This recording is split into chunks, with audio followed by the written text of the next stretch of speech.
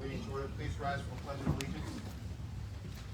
I pledge allegiance to the flag of the United States of America and to the republic for which it stands, one nation, under God, indivisible, with liberty and justice for all. Amy, please read the open public meeting statement. Adequate notice of this meeting of the Township Council of the Township of Roxbury was given as required by the Open Public Meetings Act as follows.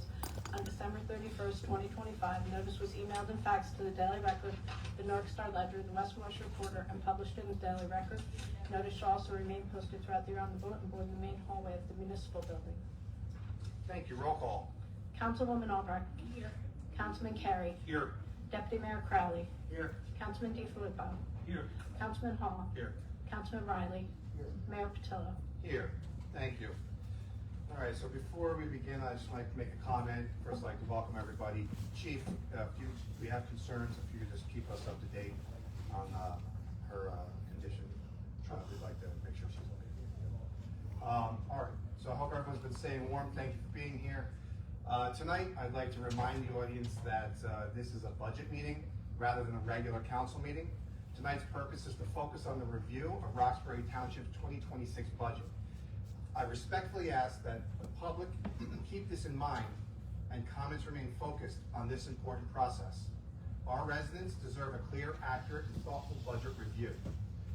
Before we begin, Council would like to address some concerns raised over the last few weeks. Roxbury residents, Roxbury businesses, township staff, and members of this council did not ask to be placed in this current situation. And we certainly did not invite anyone to put a detention center in our town. During the last few meetings, the council has tried to accommodate the large public turnout, and we have instructed the staff and police to cooperate, provide information that they are able to, and to protect everyone involved. Spam emails, calls to disrupt our town, or to boycott businesses in Roxbury just don't make sense. Suggestions for laws and ordinances have been referred to our attorneys for review. The Roxbury Township Council has unanimously adopted Resolution 2026-029, unequivocally opposing the proposed federal processing facility. I assure you our opposition is unwavering. Our top priority remains the safety and protection of Roxbury's people, property, and resources.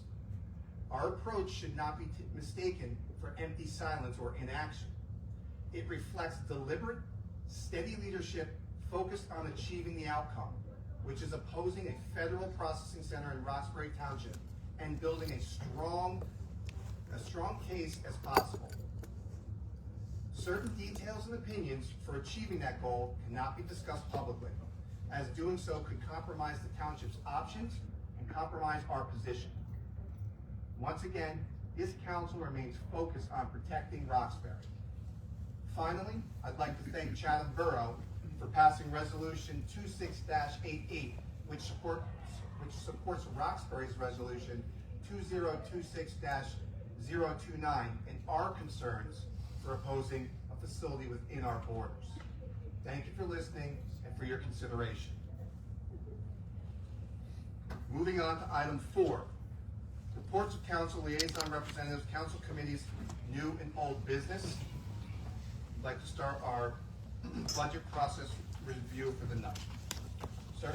Good evening, Mayor and Council. It's a pleasure tonight to bring you 5 different departmental budgets. We're going to start with OEM, we go to Health, Police Department, Engineering, and DPW. And we'll start with Bob Hackett.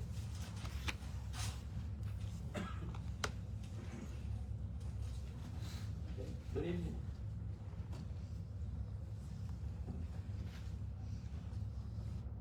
I have a couple of slides that I'd like to show the council.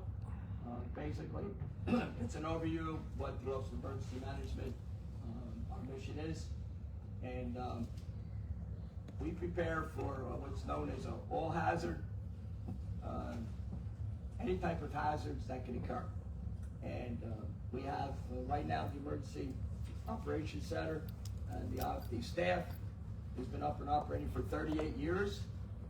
Consists of 15 highly trained volunteers. As you can see, there's an emblem on the right side, RACES. That's Radio Amateur Civil Emergency Service. All the members are licensed as amateur radio operators. The function of amateur radio in the United States is to provide emergency communications. I'm sorry, Yes, sir. I don't mean to interrupt, but Mallory, if you could tell us what page numbers we're supposed to be We're on? not on a page number yet. He's just giving his presentation. Can you tell us what page The OEM is on? Yeah. Can you do that Page before each of the, 57. before each of the presentations? Page 57. Thank you. The amateur radio service will work when cell phones go down, computer internet, as we've seen in prior emergencies throughout the country. Amateur radio will function. We operate off numerous repeater stations that run off generators. We operate off satellite. There's satellites in space that we can operate. We can talk around the world. And the saying is, when all else fails, amateur radio will prevail. So they're all highly experienced amateur radio operators. The emblem on the left is our community emergency response team. Everyone who's part of my 15 volunteer staff is trained as CERT team. They're CPR, professional rescuer, minor firefighting. They're gear bags. They can turn off electric, gas lines, search and rescue. They're trained in traffic control. They were very valuable during COVID. We assisted the police in traffic control, 72 Eland Avenue for food distribution. We also assisted the police in pet distribution at the DPW garage.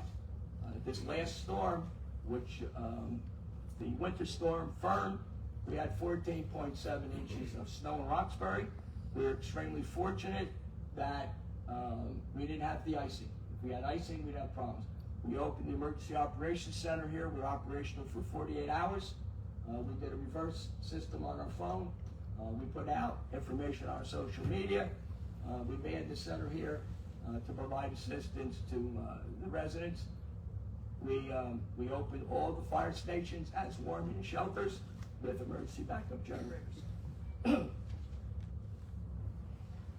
This is just kind of an overview of what I just basically spoke about. We meet here the first Monday of every month at 7:30 at night. We train, we work the amateur radio station, our repeaters throughout the area, throughout the state, in conjunction with the state police. We test our system monthly, and we conduct our training.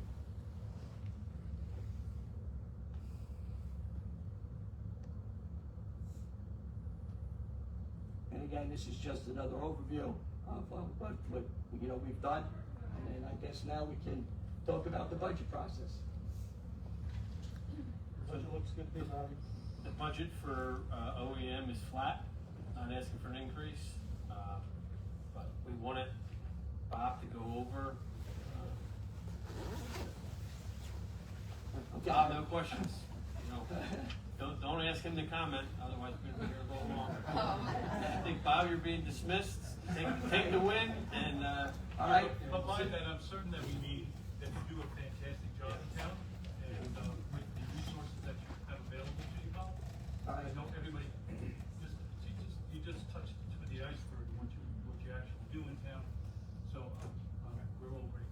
Yeah, thank you, Bob, for that Okay. presentation. All right. Thank you very much for your attention. thanks, Bob. I'll pass on to your 15 volunteers how much we appreciate what you guys do. I will. Thank you. Courtney Sartan will come up and talk about the health department.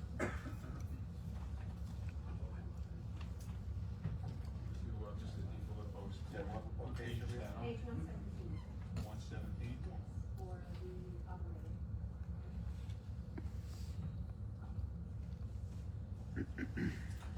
Good evening, Mayor and Council. My name is Courtney Sartain. I am the health officer for Roxbury Township, but am an employee of Randolph Township. So, before we start, I just wanted to, I don't think we've been. you haven't met me yet. And we're not gonna hold that against you. Welcome, I'd Courtney. like to think the pleasure is yours. Thank you for being with us here tonight. You'll obviously do it all. I'm happy to be here. I have been with Randolph for about the last year and a half, replacing the health officer who was here for about 2 decades before me. I would be remiss if I didn't start by saying what a wonderful staff you all have, so I just wanted to put that out there. I'm really thankful for the health department staff that we have here in Roxbury. And just wanted to sort of provide you a visual, because the shared services can be a little bit confusing. I'm licensed health officer employed by Randolph Township. I oversee 4 towns that are all up here. Roxbury Township has its own staff, and those staff cover Chester Township through a shared service. In the health department, there are what I like to break into 4 different divisions, although it can be a little bit more complicated than this. The environmental health division covers things like retail food inspections, massage inspections. They do septic and well plan review and inspections. We follow up on complaints. Any body art establishments or tattoo parlors fall under our purview as well. Under public health nursing, we provide vaccinations and hold different vaccination clinics. Every daycare, public school gets audited for immunizations in both Roxbury and Chester. And then communicable disease investigation and contact tracing also fall underneath the health department. Animal control, our animal control officer here is very, very busy. We get a lot of calls for service here in town. We're really grateful for Sue as well. And then the 4th division being vital statistics, which are the provision of birth, death, and marriage certificates. And so I just wanted to sort of put this up as a comparison. I'm hoping that the council considers bolstering personnel in the coming years. So Randolph Township covers the same population and another town that Roxbury does. And you can see that between the 2 towns, there are some staffing disparities, and public health could certainly be bolstered here in town. As far as my capital budget goes, I know that Steve will cover this in greater detail, but I have 2 requests in for replacement vehicles. One is a field inspection vehicle, and the other is an animal control vehicle that needs to be replaced. And then my operating budget this year remains flat.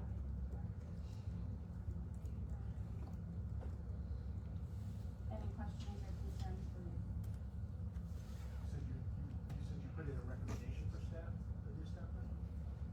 I put in a recommendation for additional staff hours for the part-time person, yes. So hours, not a position. Ultimately, I would look, Hours, not a position, right? yes, yes, yes. So I'd like to increase the part-time capacity, additionally, from what's in the current budget. I haven't heard of any shortages in our staff to date, so I'm trying to figure out the grasp on that aspect of it.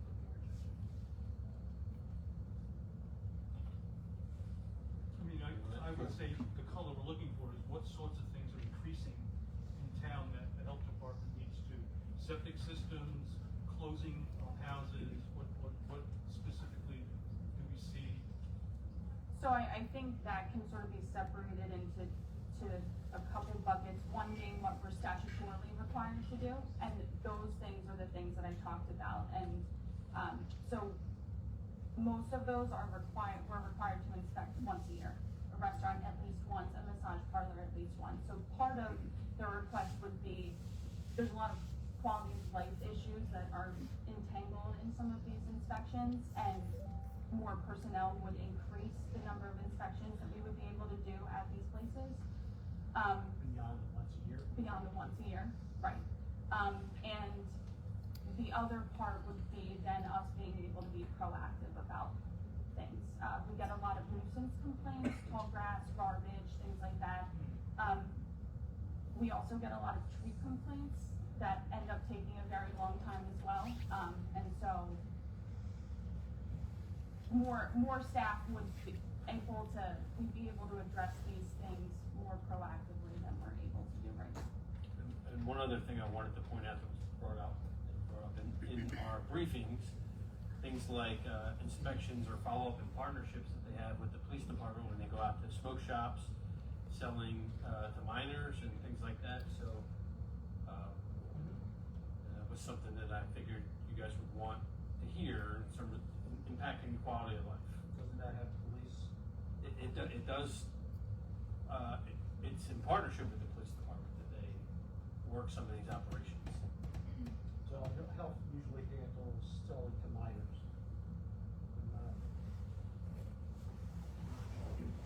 Well, when we go into violations, it's not just the police. We bring zoning in. I mean, you can talk about it tonight. Right, I mean, we try to bring in all the different departments that it touches, but, right now, we're trying to do as much as we can with flavored vape compliance. That requires us going out quite often to see after they've been notified if they've pulled it down, that also off the shelf, that also requires us going to municipal court to follow up on these violations. So a lot of the follow-up is time consuming as well. Councilman Hall. So I thought I saw on the previous sheet that we currently have a part-timer at 20 hours per month. What are your what's your recommendations for us increasing those hours? To 30 a month would help significantly. Do you have that included in the budget dollar amount? That's what was recommended. And I think it's important, I know this is a different presentation, but because Courtney works in 4 municipalities, this has never been done here, and it's not done in all her municipalities, but she does do this in Randolph, so I thought it was important that, this is more than numbers, right? It's more than budget, it's the impact we're having in the community, so that's why I want to try to get all the departments in front of you, so they can kind of touch on what's driving some of their daily work now. Deputy Mayor. If it's okay, I want to ask a question on that. If I look at some of these accounts, I'm just trying to understand them, because it's more information I've seen before. The account total 2 contracted services you have in there require 125 hours to satisfy Chester Township demand. And under the health programs 205, you have Chester Township Employee Flu Program. So I don't understand what the contract is. Are we paying for Chester Township? Chester Township pays us. Chester Township, Chester Township pays us, for our health services. So when we talk about 125 hours, which I think is the part-time you're talking about, that's Chester Township, that's money that we get back, we put in the budget and we get back from Yeah, Chester we have a Township. revenue source for Chester Township. Okay, so, I believe it's about 65,000 a year. well, that's what I can't understand, looking at this is how much is our money and how much is coming back. That's a wash. Yeah, it's a good point. It's not necessarily a wash, I think we actually get a little bit more revenue than what we spend. That seems better. But it's looked at separately because it comes in as it comes in one side as a revenue, it comes in one side as an expenditure. I would have to get, more detailed information from Courtney to figure out exactly how much we're spending in Chester. And then subtract that from what we get. It's time driven. That's what I'm looking for, is to see where we are, because in seeing this, I wanna make sure. See what the prime contract, see what's there. Yeah. Okay, so, I will just work with Courtney to get some more information. So for clarity, you want to move 20 hours a month to 30 hours a month? And just for, sorry, I didn't want to. No, anybody. that's Just for a couple numbers here in town, there's 141 retail food establishments here in town that have to be all inspected at least once, and that doesn't count having to go back if there are violations. 10 recreational bathing facilities, 6 body art facilities, 6 massage parlors, 3 tanning salons, which are also required to be inspected by us. And the department also is responsible for 176 temporary events throughout the year, where most are at Horseshoe Lake. And so this is just sort of a glimpse, but a very busy department and a lot of things that are happening that aren't necessarily recognized while looking, if that makes sense. That I didn't realize. Yeah, I gotta be honest with you, this is the first time this has ever been presented in this level of detail for us to understand, so thank you. I wanted to ask about the vehicles. Is that coming up in our capital budget? Or are we gonna look at all of that, as I understand it, holistic? For Lee, we'll make a Lee So presentation. when you're ready to, It's gonna be a big conversation too, I'll tell you that right now. I figured as much. Somebody might have, Raider gave me a heads You don't up. have to read the tea leaves. Right. so my point is whether or not we would address that now, or are we gonna address it in a discussion? I think it's important, if you wanna ask the question, sir, I think each department should defend Okay, how many vehicles they have and. I thought we had already budgeted for, a new, a vehicle for animal control. Why do I think that? I don't know. We haven't had, replacements since, Yeah, I put the request has been in before. For more than this year. Yes. And what was the other vehicle you were? It's a field inspection Field vehicle. inspection vehicle. Right. What are we working with now? The one they're driving now is 15 years old. The 2009, It's a what? 2009 Jeep Liberty. Charger, the old Charger. We had to replace it previously. And how old is the animal control vehicle? It was about- 14, I think. I was just following the slides. Yeah, it was 2014. There you go. Do they have to be specially equipped in any way? Yes. Yeah.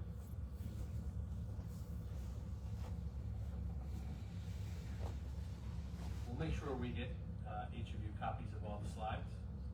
So you have the backup. You have the budget books, but I think it's important. They're sharing good information. We'll get you the slides.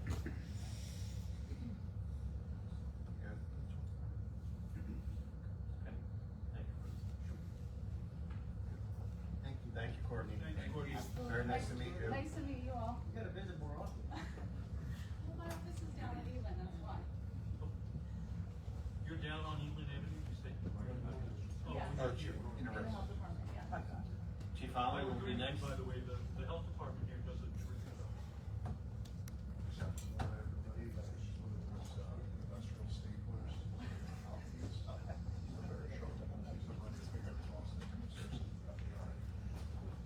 Weaponize the presentation. Great.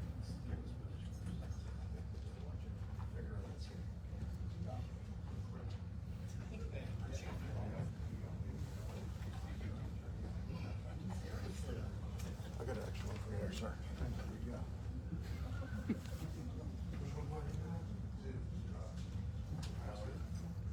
Gotcha.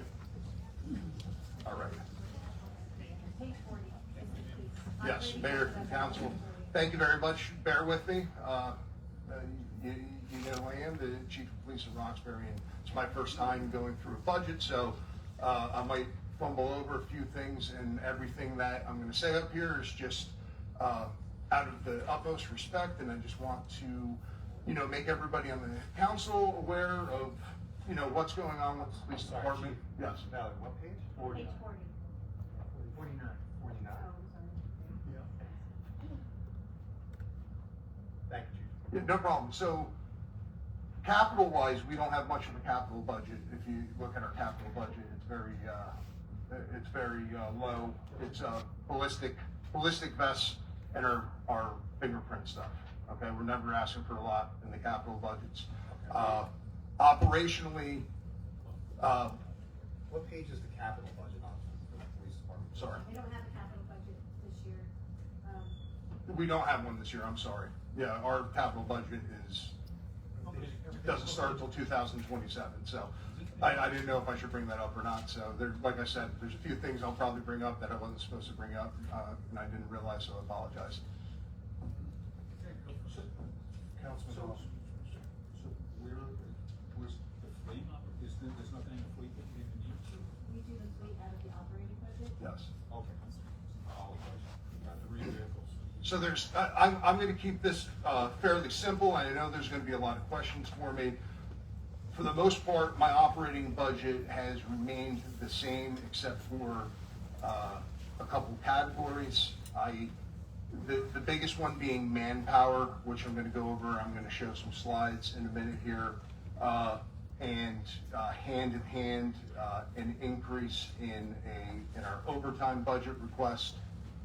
Also, it doesn't reflect it in there, but I wanted the vehicle request to go up $20,000 just because the cost of our vehicles keeps going up. And if the council is not aware, we have a fund that was started during Chief Adome's time where any of our third-party details, it's a reoccurring account, which we save to hopefully down the road maybe buy another vehicle or help outfit some cars. And unfortunately, and I understand the budget restraints, we have to dig from that account to make up the balance, but that is also something that, down the road that I wanted to bring up that I would like to see the police get more money for, so we don't have to delve into that account like we have been doing, just to make you aware. But the biggest thing for the police department really is manpower, and it's something that I think has needed to be addressed for quite some time.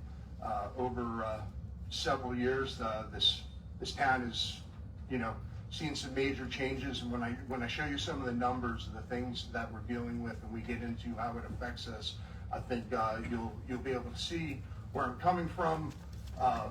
Since COVID-19, in the last 5 years here, we've seen a major increase in most of our statistical categories in the police department. Yes. Back up one slide. Yep. COVID slide.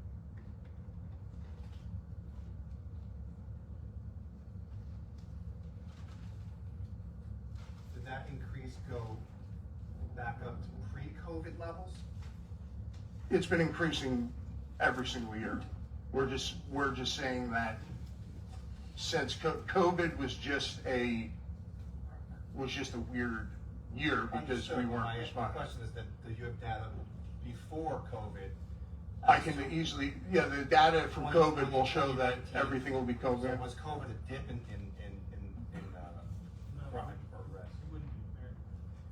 Chief, so we sort of had a soft touch during COVID. Right. Yeah, we didn't do a lot of. Yes, statistically, right, but if you go to the year before COVID, everything is rising. I was told the last 5 years, and you can see the year after and the next 4 years when I go through the slides, COVID was just soft, right. We used a lot of discretion in what we responded to and how we responded to it for the health and safety of the public and the So I officers. think we're looking for the context around that. So- So years before that, during, and after. So 2 slides ahead, they'll give a 5-year look Jump back. ahead. Howewever, we'll get the years prior to COVID, just so you can see the Excuse comparison. everything, that's all, the COVID. Yeah, I just Right. wanted to make sure. If I removed Full to the date. right, if you removed COVID, if we just removed that year, you would see that the trends continuously have gone up over the years. Got it. Thank you. Okay. This is basically what I said, just the purpose of today's slide show. So call volume, motor vehicle crashes, arrests, criminal complaints, and mental health emergencies are what I want to highlight. All our other call volume, anything you can think of, nothing has decreased, but these are some of the major categories that have continued to cause the police department a lot of stress and a lot of strain on the personnel. So if you look at our overall calls per year, okay, in 2025, we were at over 43,000 calls, which is a 315% increase over the last 5 years.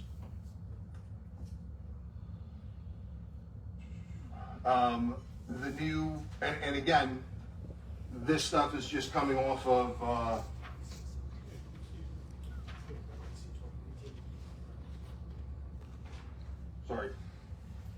coming off some of our calls to park management and Ryan Homes, and you go right on the New Jersey Department of Community Affairs website. I understand that the town council is working on the Affordable Housing Act and doing everything that they can. And these are just the numbers off of there. I know you guys are these are not, you're fighting the good fight. These are not, I'm just taking it off there just to show that the units are increasing, increases are coming. So just to paint the picture that, hey, look how much the town is growing here, as far as all these new increases coming in. Motor vehicle accidents, you can see the sharp increase. We had 1,247 motor vehicle accidents in Roxbury last year. 132 resulted in injuries, and 3 had fatalities. So, ton of motor vehicle accidents. Retail space, okay, with the revitalization of Ledgewood Commons, it's very hard for me to get a accurate number, but when you look at the highways that we have coming through Roxbury, I would argue that we have one of the largest daytime populations in Morris County out of any of the towns. We deal with countless amounts of retail thefts and issues that come in from the amount of people. It increases the traffic, the accidents. It's our daytime, so you can't just look at the people that live here, but our daytime population in Roxbury is huge, absolutely huge. And anybody who drives to Roxbury and goes, into those malls, drives on Route 10 and Route 46, you can see how many people are in this town on any given day.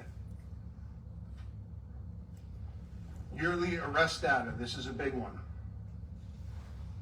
This year, 2025, we arrested 407 people. That's 1.2 arrests a day in this town. I just looked at our book for January. We have 37 people arrested for January of 26 and 43 complaints signed. So the increase in arrests that have been going on in this town, going up and up and up. We're looking at what are some of the reasons for this increase in time. The lack of cash bail, complexity of the crimes being committed. They contribute to officers signing more and more complaints. The yearly charging data. Let's see here. Chief, Yeah. Sure. the number of arrests in the field, how many are repeat offenders? Not a ton. We do have some. I'm going to be getting into a slide with the emotionally disturbed population in Roxbury that we deal with. That's really a lot of repeats. Domestics are repeats. But as far as a lot of these, not a ton of repeat offenders. Thank you. Do you have oh, I'm sorry, Fred, I thought you had your hand up. Just 2 quick ones. I Yes. want to slow you down, you're doing a really nice job. But the arrest of it, primarily arresting out-of-towners, that are coming, because you mentioned the 80 corridor, how close we are to that. Right. It's a mix. Because we'll have, like you said, we'll have a lot of our arrests are domestic violence, which a lot of that would be in town, are emotionally disturbed population, a lot of drugs, a lot of drunk drivers. So it's a mix. We have a pretty good mix of in town and out of town, but 100% the travel ways through Roxbury and the attraction to why everybody comes here, all the restaurants, all the, there's a lot in Roxbury that everybody travels through to go to. The more people you bring in, the more we're gonna have this stuff. Retail thefts is huge. We do a really nice job with those. Our detective bureau sets up a lot of towns just sit there and they don't do anything and they let it happen. We are always proactive. We're always putting together operations and plans to make the business owners feel safe. And I think over this holiday season, we arrested, I think it was 14 or 16 people for retail thefts in just a couple days from our detective bureau putting together these operations. Chief, can I just ask one quick? Yes. As far as did you find in your increasing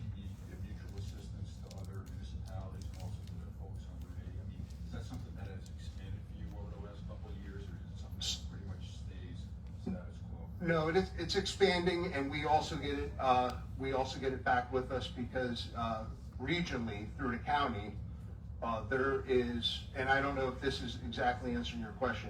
We back up the neighboring towns a lot, and they back up us as well. However, we have many partnerships within Morris County now. We have the FAST, the First Amendment Response Team, the CERT team, which is like the SWAT team.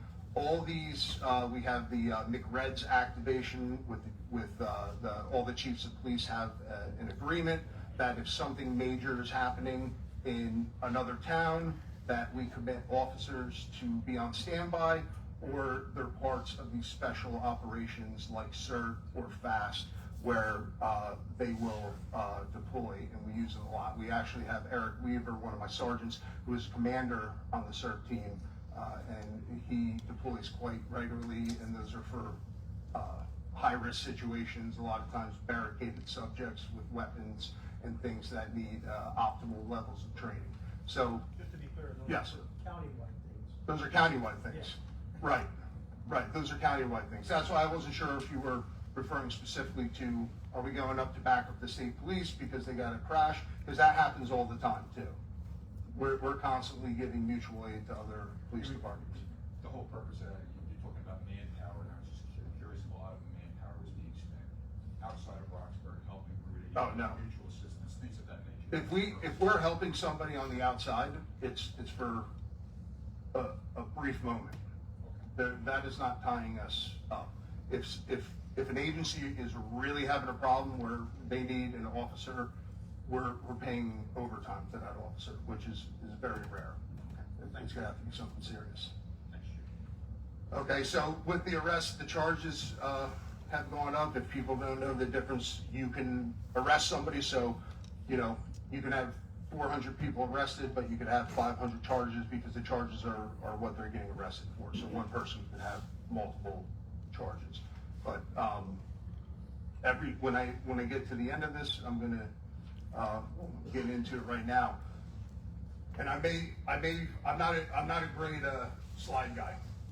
I will start talking about things that I'll probably bring back up in the slide here. But the bottom line is the increase in activity, in arrests, in motor vehicle accidents, in retail thefts, in emotionally disturbed populations popping up, which I'm going to get to those slides. They are taking a tremendous amount of time for the officers. And when I started this job over 20 years ago, we could resolve things very quickly. And these slides again are coming up, but I don't do a good job reading them, so I'm gonna hit over them here. What used to take us 30 minutes can take 2 officers up to 2, 3, 4 hours, because everything now, and I'm not saying I don't disagree with it, but it's de-escalating. It's talking to people, it's making sure that we have exhausted every single possibility to resolve something peacefully before we have to move to the next element of force or to get those people help. And those types of calls and situations have been increasing so much in my time here. It's unbelievable that you lose officers for hours on end all the time to deal with these things, and then we don't have people actively patrolling the streets. And that's just basically it in a nutshell there. And going, so when I go to behavioral health emergencies, if you look right here, we have had an increase of over 129% in calls for individuals with behavioral health crises. Okay, they require lengthy amounts of time of de-escalation, hospital transports. We never have one officer alone. We always have multiple officers that have to handle these situations. If you're not aware, the county created something called the Arrive Together program.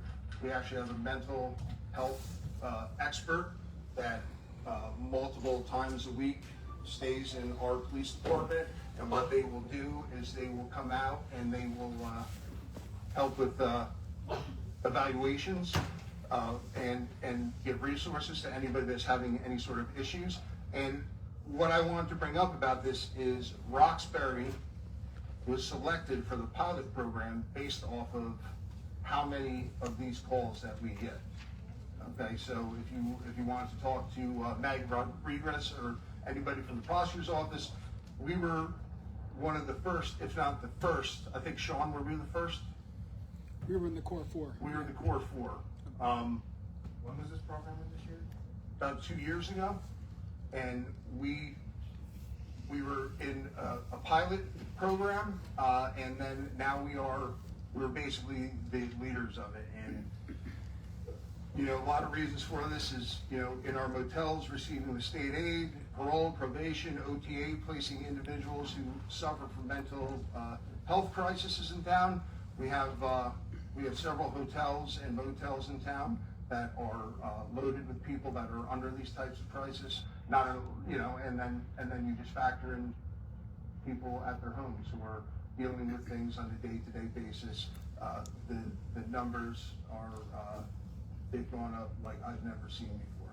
So I'm just painting a picture here of how busy we've been. All right. This just goes back to what I was saying before. The Attorney General guidelines now for how we have to deal with everything. The use of force, Amendment B, time as a tactic. Okay, we have no luxury of getting things done quickly. So when these calls come out, it's taken an officer hours upon hours to get these things completed and multiple officers to do it. And we experience this in Roxbury more than almost any other agency in Morris County, which is why they started this program with the core 4 of us with the Mental Health Association in Roxbury. So just showing how busy it's been here. Just throwing some stuff in there about you know, statistics. You know, it's not about statistics. You know, just the rising crime trends, the population, the daytime population in the malls. We really are at a point where, thank God I can get rid of this thing because I like talking better off the cuff. We're at a point now where I've had to restructure this department, and I know Chief Adone started with this stuff, and it's something that is going to continuously come up, and I'm being completely respectful about it, because I suggested 4 officers. We put 1 officer because I know realistically, we have a budget, we're managing everything. I'm not coming up in here, you know, saying give me 4 officers. I want a plan, and I want everybody to see that our police department has lost officers over the years. We need the crime rates, the population, the everything that we're dealing with is just continuously going up, and we're kind of staying flat as a police department. And we need to start moving. We need to start moving with what's going on, and we hire the best officers. I don't mind touting about Roxbury Police. We have been able to get more done with less, because we, in my opinion, are the best police department in this entire state, and we handle things very well. But I worry about the stress on the officers over time, and how long can we continue to keep up with this? And I really think we need to start adding to this police force a little bit, whether we sit down and we talk about a 10-year plan or whatever it is, because I do understand that budgets are tough. Chief, I don't think anyone disagrees with you that we have the best police force in all of Right. We're I very just proud of our police. I want to paint the picture that if you see these stats, we can get you the stats from previous years. I'm not trying to skew it with COVID. It doesn't. Last 5 years is just what I researched was probably the best thing to show. Yes, sir. Chief, first of all, don't undersell yourself. You painted a great picture, and statistics matter. For budget purposes, I want you to know what we're recommending to go forward to you is one officer for this year and a $25,000 increase in the overtime budget. That's what was presented to you in the budget. But Chief, good work of sharing your story. I think it's important. And I'm prepared to answer questions about the overtime budget. I have but the nice thing is I was not involved in previous stuff. I'm just talking about what I'm seeing live here at Roxbury. I'm not coming to you with FBI national, like, hey, because of your square footage size, this is what they say you're supposed to have as police departments and things like that. I'm just giving you my real take on what I'm seeing now and where I think we're headed. As far as the overtime budget, Captain Heffron's in the room with me and he did a great job of it. We do a good job of keeping it right to where it is. But like, for instance, you don't know what's gonna happen. We have these hospital visits. We had an officer dislocate his shoulder and have to get a surgery this year. And as a result, we can never take away from the quality of officers that we are putting out on the front line. So I have to take officers from important positions. Like this year we used the Detective Bureau and we shorted the Detective Bureau to cover the road, but the more overtime budget I have, the longer I can go and the more cushion I can have without having to short other units, if that makes sense. So that's just the way I'm looking at it. If it doesn't increase, then we have to find it from somewhere else. We make it work, but it's getting more and more stressful for us. It would be a big help. I think we have to move in that direction, so thank you. Do you want to review the budget that we have in front of us? Which is the operational budget? Yes. Sure. Contracted services, looks like we spend about $70,000 a year, pretty close to exactly $70,000 a year. So a big thing with that is we're losing the body worn camera grant. We had a grant that offset the $25,000 for the body worn camera grant. We're losing a good portion of that. We're completely losing it next year. Is there an opportunity, another grant available that we're Not working towards? that we know of.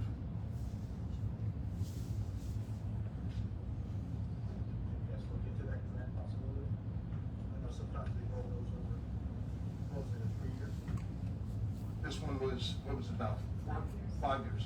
Yeah. $44,000 for 5 years.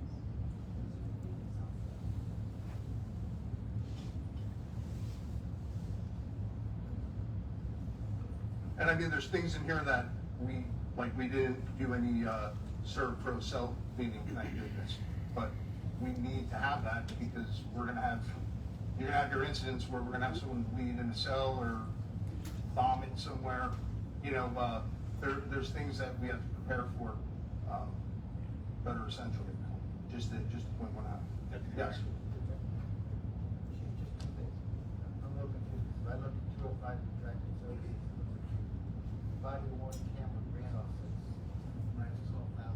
Yeah, We still have some money. Still had some money. Yes. And some. Yes. Next year it's gonna be the complete deal. Started a program a year or two ago for, Japanese, staff psychologists. Yes. Looking at, one of the concerns I have with all the arrests and problems, is that program been working? It's been working unbelievable, and I can't speak for, I know we have several officers that see the person outside of that. I think I can only speak for myself. I never spoke to a psychologist before in my life. And when I sat down with our staff psychologist, and just so everybody knows, we have $10,000 in the budget where we have a staff psychologist who every officer, it's mandatory that they spend 1/2 hour with them. And they don't have to say anything, but the psychologist will talk to them. I'm a stubborn, old school kind of guy, and we do have trauma and things that happen to us, you know, whether we have babies die in our arms, or we see someone burn terrible in a fire, we become desensitized to a lot of this stuff, and you don't realize that it sticks with you sometimes. So this is something that is completely non-negotiable with me. I'll give up, you know, my shoes before that one. It's been working incredible. We have many officers, including myself, that have. Oh, okay, yeah. No one was making that. I'm sorry. Yeah, I'm sorry. I'm defensive up here. Sorry. Yeah, no, it's awesome. It's one of the best things that we do.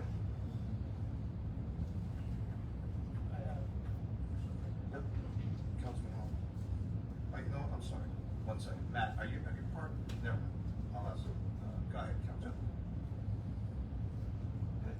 Let's just work with break fix on the computer equipment, the laptops in the cars and stuff like that. Rob, is that you? You take care of loading the laptops in the car, and if there's an issue getting a new laptop and reloading all A that? combination of myself and a contracted. No. Okay, so we bring in a contracted individual, is that reflected in here? This contracted individual? With a lot of the newer police vehicles, that's included in the lease, the vehicle line item, it's part of the bidding process. If they ever need to replace a vehicle or a computer vehicle, it's usually, handled out of the vehicle trust line item. Right. But we have the computer service contracts in here for the 18,000, the software licensing agreements. Okay. So as a part of the software license agreements for these, if there's an issue, they'll come in and work with you, Rob. Got it, okay, thank you.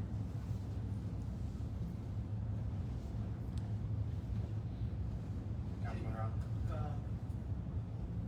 The vehicle lease purchase program, I know it was a yearly thing, I think it was 332 or something like that, but it's 333 now.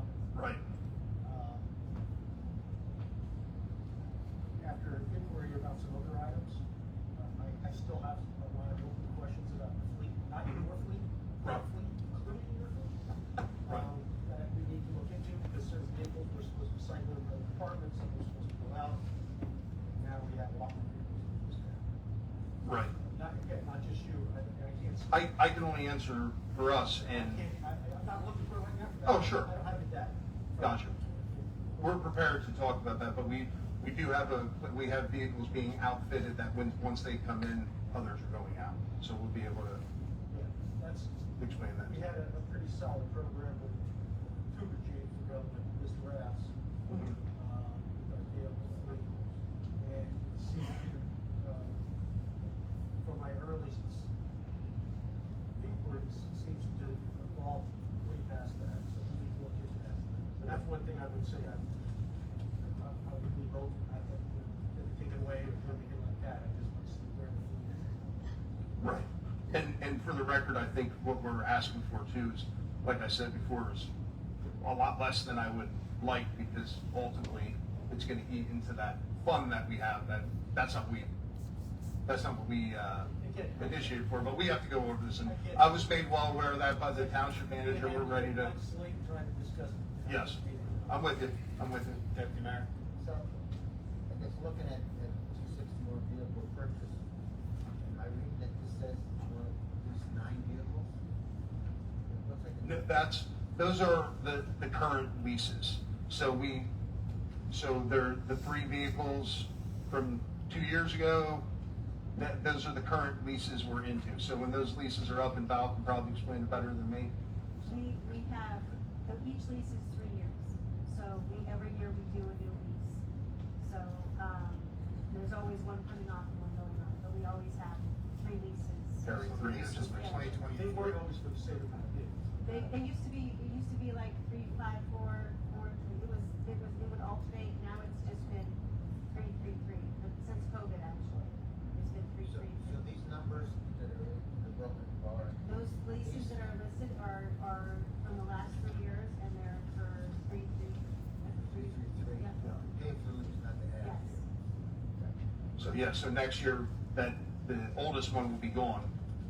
Right. The other 2 will shift, and the new one will be in there. If we were to maintain the same thing that we do. These were lease purchase things too, huh?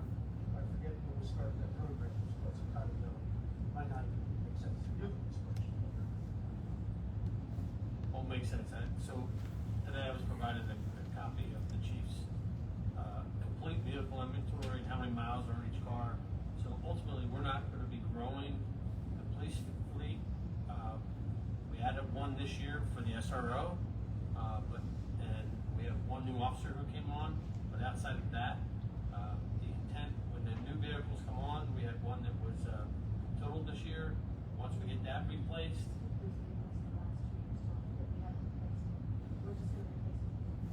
so they were tracking 31 vehicles in the fleet. When we get these three, eventually three will come back to the township, and they'll keep a vehicle fleet of 31.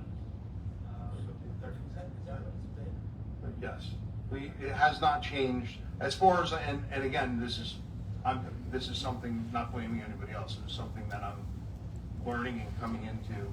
This is a continued trend of what we've always done. Yes, so and it's tight. It is tight. We manage it because the problem is we don't have a lot of room for the unknown. If cars get totaled or something happens, they go down a lot, they're in the garage, that's a problem for us at times. A couple years ago, we changed our policy for special details to include a vehicle cost. Do we have a count or a calculation on how that's offset? Is that actually being applied back to these vehicles? That's the one I was talking about? Yeah, we have when the police officers do the special duty, we collect $10 an hour. Yep. And we put it into a vehicle trust fee, Okay. and that's what we are offsetting the 200,000. We are using. Because the intent of it was to grow our fleet. We were hoping, when Dina Doan started that, we were hoping that every couple of years we could maybe add a car. We could use that to just outright buy a car. That was yours? All right, well, that was the police's intent. So still it's been a great tool because when these two cars got totaled, we're able to replace one with the insurance money, but the $21,000 to outfit it is going to come out of this account. That's what we've been using it for, yeah. Just so you know, we are gonna probably have an ordinance in, not next meeting, but the other meeting, it's gonna be buying a police vehicle, because I took the insurance money and put it in capital, but Yeah. So the goal is not to increase the police fleet outside of we add an officer or the SRO. So we're going to maintain what the intent was. So we talked about that. We don't buy a car for officer. No. So no, we don't. They reuse it. An officer with that new car. No, what I'm saying is, there are multiple cars in their fleet, and I just perused the list today, that are over 100,000 miles, somewhere as many as like 144,000. That's the part I don't get, that's why I can't wrap my head around it. So the whole idea of what we said, this process. Right. I don't want to talk about what happened 10 years ago or 10 months ago. I couldn't answer that either. And what the township manager is referring to, the new officers, when I said I had to restructure, we have always run 5-man squads. I am now running 6-man squads. So that's an extra officer out there, and it's a necessity to continue to deal with what we're dealing with out there. So that's where there's an extra car being driven when they're on the squads. Any other questions?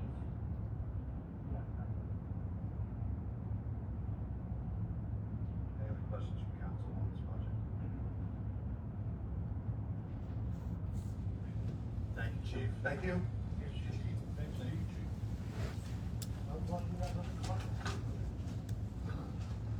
What's that, Councilman? You have police staff? Oh, police staff, I'm sorry, yep. I don't know if I have the police staff in front of me here except for the overall. But that's all we need, right, the overall? We're going by. Looks like the budget's full. Oh, I'm sorry. Yeah, the police, yes, there it is, sorry. Yeah, no, that one, it's only gone up for raises, right, Val? Yeah, that's the secretaries and everybody.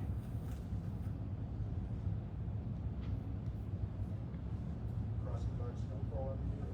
Yes, They do? crossing guards still do, yes.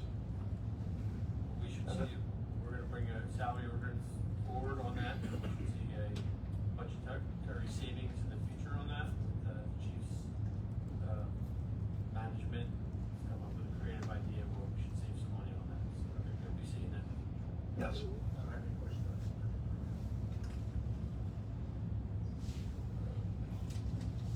Now we good? Thank you, Chief. Good. All right, thank you, guys. Township engineer Melanie will come up.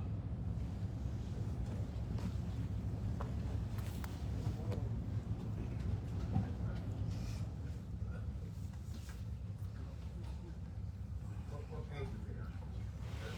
Trying to find it here.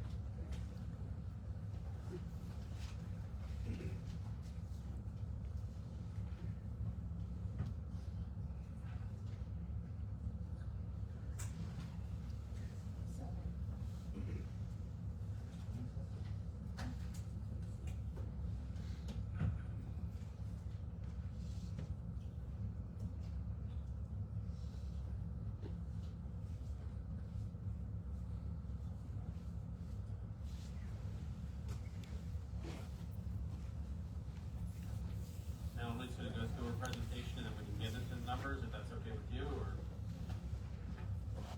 That's fine, thank you. Thank you, everybody.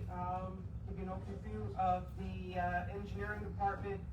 Again, it's myself, we have an administrative assistant, one staff engineer who's a licensed engineer, an engineering aide, one part-time inspector that oversees right-of-way excavation permits, minor soil. This office oversees the construction inspector, who is a consultant, who does our development projects, our water department, which has one supervisor, 3 operators, and the sewer department that has 1 supervisor, 1 foreman, 5 operators, and 1 lab tech.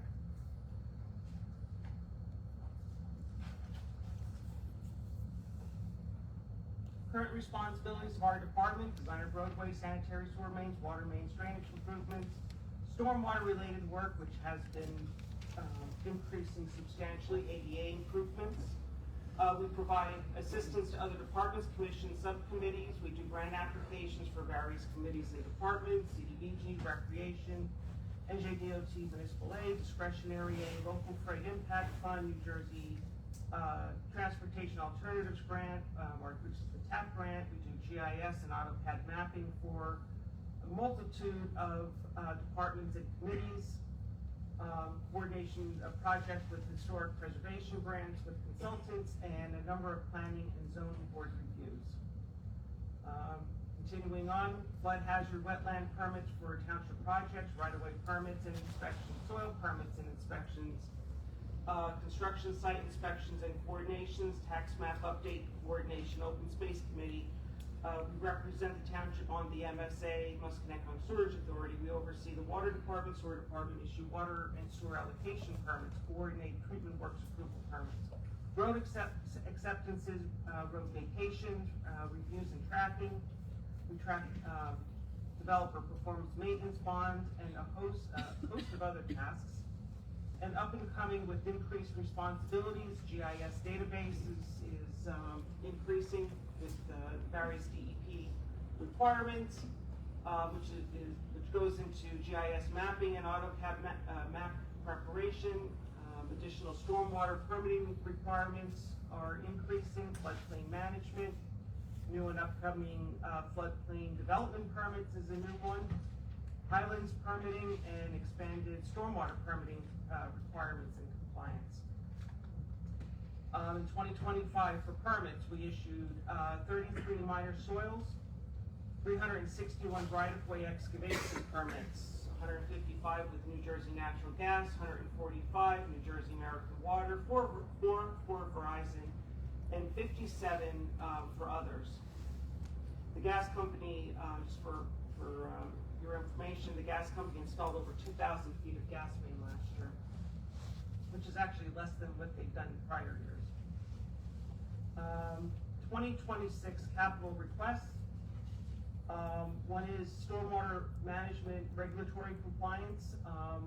By December, well, according to the township stormwater permit, the township is required to retrofit or replace all municipal storm drain inlets in accordance with their regulations. Those streets that are in direct connect with any repaving, repairing, resurfacing of any kind.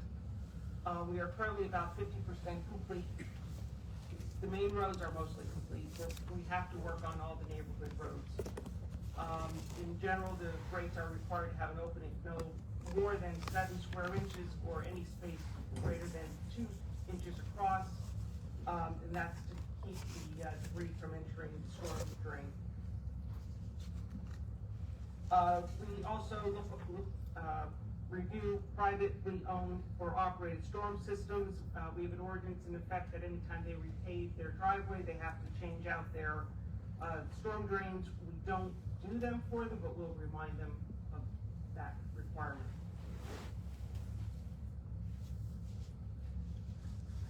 All right, next capital item, sidewalk and bicycle facility, Main Street streetscape improvements. Completed items include the CED, which is called the Categorical Exclusion Document, the residence meeting, the first residence meeting, the preliminary design, the NJDEP pre-application meeting has been completed, and we have submitted for the NJDEP land use permit and flood hazard permit. Our consultant is continuing with the electrical design, and we are in the process of obtaining right of entries from the affected properties. That's for if we have to go on private property for grading or to make driveways work. The next steps is another public information meeting, the submission of the final design specification estimate to the NJDOT for review. We will be required to solicit proposals for construction, inspection, and contract administration of the project, and the budgeted cost will be offset by the TAP grant.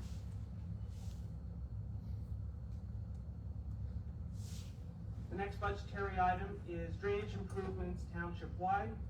The NJDEP stormwater management rules require the township to develop and update and implement a program to detect and investigate, control any localized stream scouring from stormwater outfalls owned and operated by the permittee for the township. We have to prioritize, schedule, and complete remediation of those identified scoured areas and drainage issues as soon as possible. This funding would help us address these existing and emerging township-wide drainage projects. Excuse me. Next item is the Dell Avenue resurfacing Pine Street to Berkshire Valley Road. Current estimate for construction is about $400,000. The goal is to complete the resurfacing of Dell Avenue, including the concrete at the tramway. We completed a portion that along the frontage of the park up to around Pine Street. We did receive a local municipal aid grant for this phase 2 of $277,978, which is shown as an offset at the bottom of the sheet. We have applied to the NJDOT Local Freight Improvement Fund for the balance of the project. We have not yet heard back. Probably March, I anticipate hearing back from them. But a good portion of that is the tramway, replacing the existing concrete pavement at the tramway, and replacement of this section will involve having a temporary traffic control signal to remove the concrete and re-establish the roadway.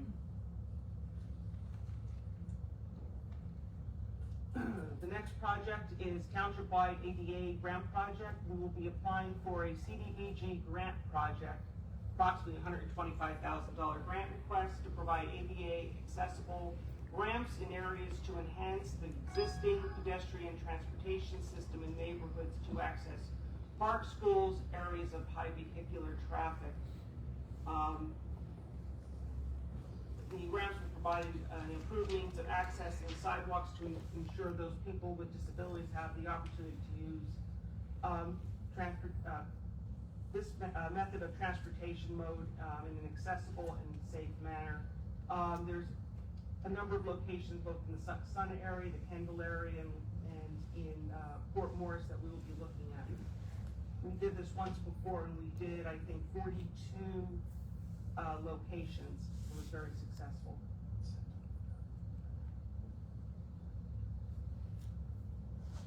Leland Avenue Sidewalk Project. This project limit extends from South Hillside Avenue, Nima Way, to about 170 feet west of the Alcott Way intersection where the existing curb and sidewalk begin. The length is approximately 3,850 linear feet. The township received a grant from the NJDOT discretionary aid in almost the full amount of $703,000. The budget cost that's in this year's budget is to cover ancillary items such as tree replacements. The next steps include residents meeting and obtain rights of access agreements for grading work and driveway replacements as necessary. Submission of both project designs, both the sidewalk and resurfacing to the DOT is required for the authorization to proceed. We anticipate awarding the contracts with a target date of April 2026. Then with the following, that's this year, with the following construction period. That grant that we received for the $703,000. Yes. We remain with that grant. We just have to award the contract. We don't have to complete Correct. the project, correct? We have to award by. Where are we during that process? I didn't see a question. So right now, we're gonna get the residents meeting, obtain the rights of access for, there's some grading work that ends up having to occur on private property, and driveways, because you're going across, you're changing everybody's grading around their driveway areas. The project, So if there's any pushback, you can run into a real problem. What happens if there's a delay? if there's a delay, I'm ready to, I'll be submitting for the paving. That road will be paved. When is the residents meeting? I was trying to schedule before one of our council meetings. So, those, In conjunction with a council meeting? No, Or before. Right Before. I'm thinking before, but we wanted your thoughts, you can give them to us now. We just thought, Circle back to that. circle that, it's fine. That's, I think, the most, you're already gonna be here, so that's what we were trying Yeah, to no, do. I'm saying no, we'll just circle back to the date. Paving has to be done. yes, it will be black properly. Telling the 703,000 grant, you stated, does that cover the cost, or in the budget, is there more additional fees that are There's a minor increase in cost. I put in, what I didn't include in the original estimate was, tree replacements. Cause there's like 66 trees that have to come down along the roadway in order to install the sidewalk. And what I'm proposing in the budget will offset that cost. That's the 30,000. Yeah, that's correct. I would highly recommend, I don't know how you guys feel, but I would highly recommend we just talk about that date Okay. sooner than later for the residents. Just in case there's a pushback on the paving and on the trees. That 30,000 come out of our tree fund that we have for developers? I don't wanna be, vague on this at all. If there's any significant pushback, we're paving, we're not losing paving. No, I'm not saying paving, I'm talking about sidewalks. We'll circle back with the council. If you have individual opinions, why don't you give them to me? Right. The reason I say that is sidewalks really have to be put where you can pave or left out. You're not gonna be able to curb, pave without curbing and then put curbing. You'll have a seam down the shoulder. That's why we need to have the discussion as quick as possible. We have to decide whether we're gonna do both or just one, and now we're getting into a time issue. And I think what Councilman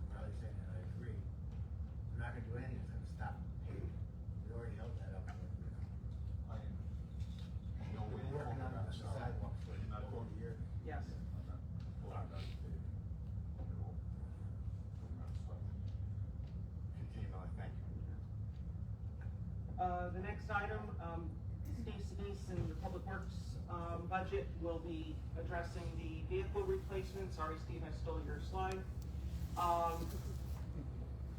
The vehicle scheduled to be replaced next year is, or this year, this year would be the 2014 Ford Escape. The vehicle is currently out of service. Friday, we're trying to take it out and it overheated. So it's right now offline. Why is it offline? It overheated on Friday, so, which was like 11 degrees out, so I don't know what's wrong with it. They were pushing it back. It's actually stuck in there. Yeah, we had to push it, literally push it back into the parking spaces. So, eventually it'll be looked at.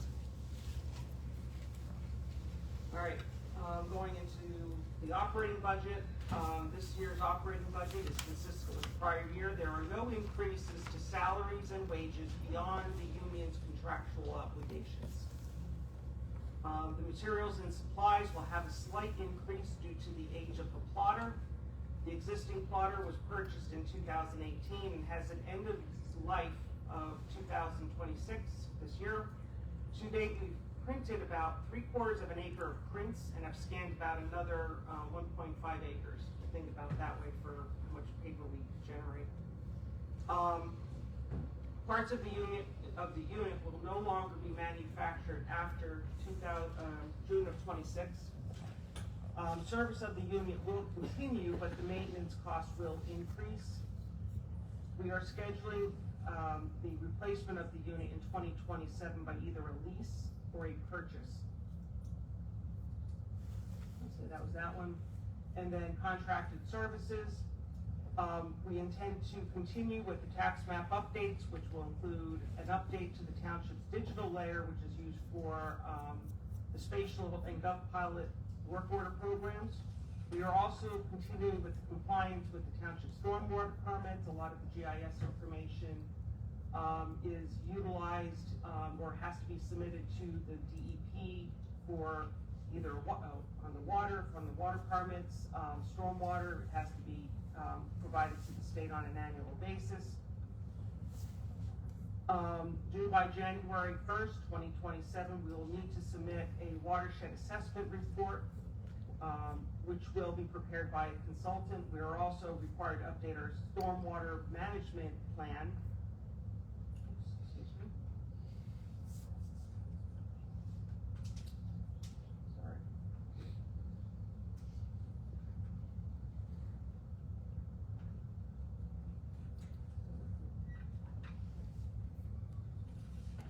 We are required to conduct a re-examination of the plan as part of the re-examination of the municipal master plan, at least every 10 years or more often as needed. The plan was originally prepared in 2006, so we're beyond that 10-year period. I'm not aware of it being re-examined.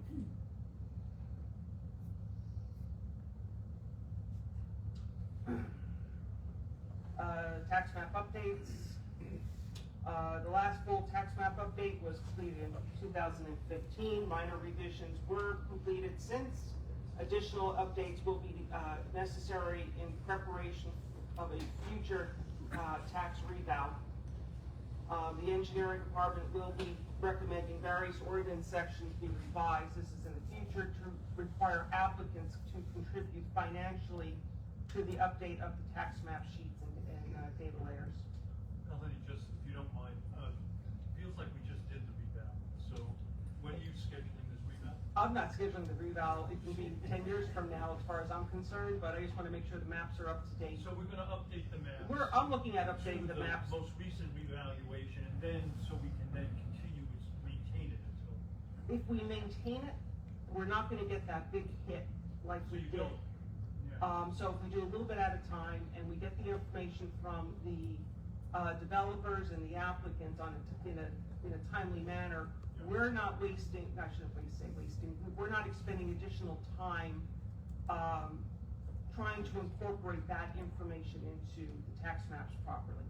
So have you had the discussion with the tax assessor, because she implied that we're gonna need a big update, an expensive update? with like I don't know what, like, full update she's talking about. We are updating anything that has been major, minor subdivisions, any easements, I thought we had that automatically updated every time the development came online, so that's why I was surprised to hear that. yeah, I don't know what she's actually referring to, like, if all the sheets are now gonna have to get certified, which is possible, but we send them down to the state and be recertified by the state, and that's possible, that's part of that reval. Mayor, JJ, can we get some clarity on this, because, given the earlier testimony and now this, I think we're looking to understand where we stand. I understand the market conditions changed so rapidly that it made the last reval not as effective as we thought it was gonna be. I would love us to have a little bit more of a conversation about this. Yeah, so I'm not speaking on behalf of the reval or no reval, I just gotta make sure that the maps are up to date. Right. With all the changes. Villages, they paid we got them to pay a contribution to the tax map updates.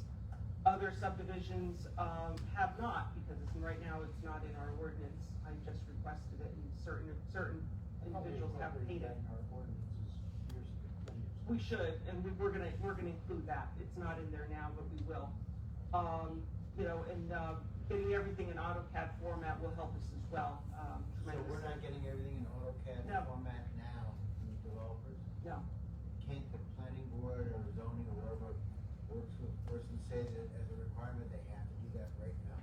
They submit the preliminaries in AutoCAD. Once it gets to the final site plan or the as-bills, they are submitted in paper form, and that's really the way, that's the final.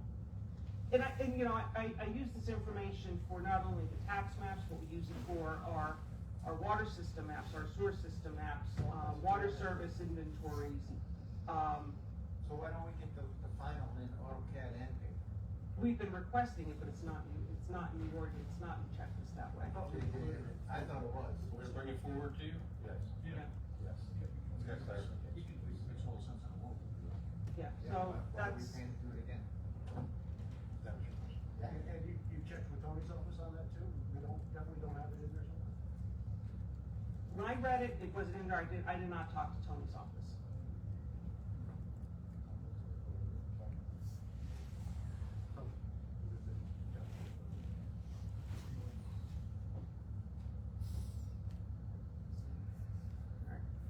Remaining budget items, no change to education and training.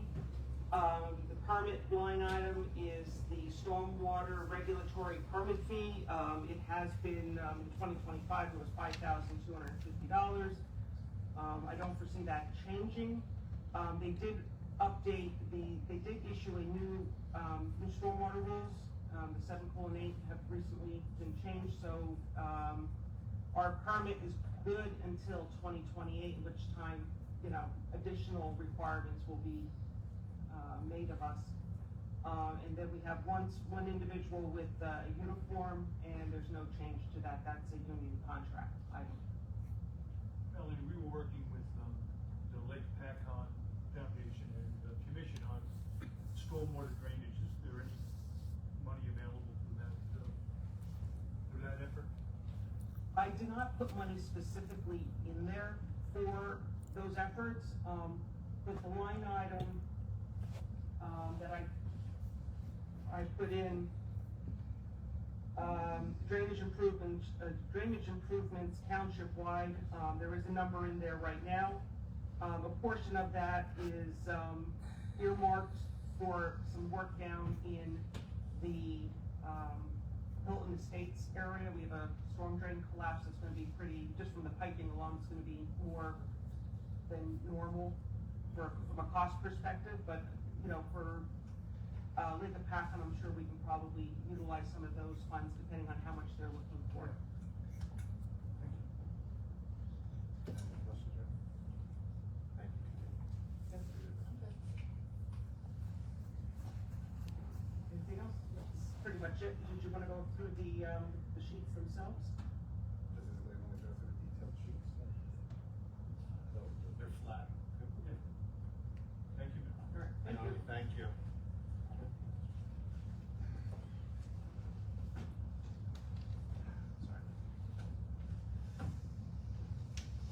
also had on our agenda tonight to review the DPW budget. We're gonna push that to our next budget meeting. Thank you for being here and, spending the evening with us tonight. We look forward to seeing you again in 2 weeks. They have such smiles on their faces. You know you love the anticipation. Remind me, we'll let you lead off. Everything was moved. I don't know, we'll see you in 2 weeks. You're getting funnier and funnier, Steve. All right. We did get our salt delivered. All of them? All the salt came?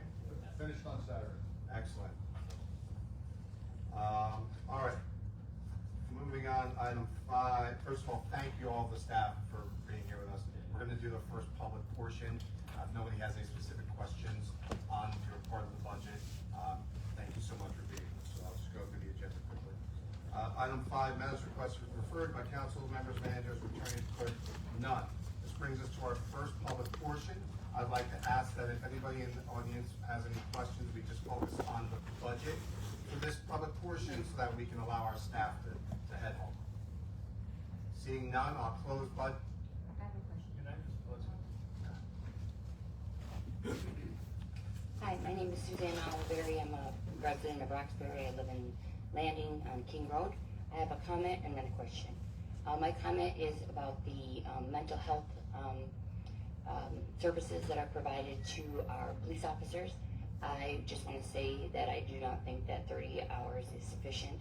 I did a quick bit of math, and knowing what it costs for a licensed clinical social worker at a $10,000 a year budget, that's about 3 hours a week.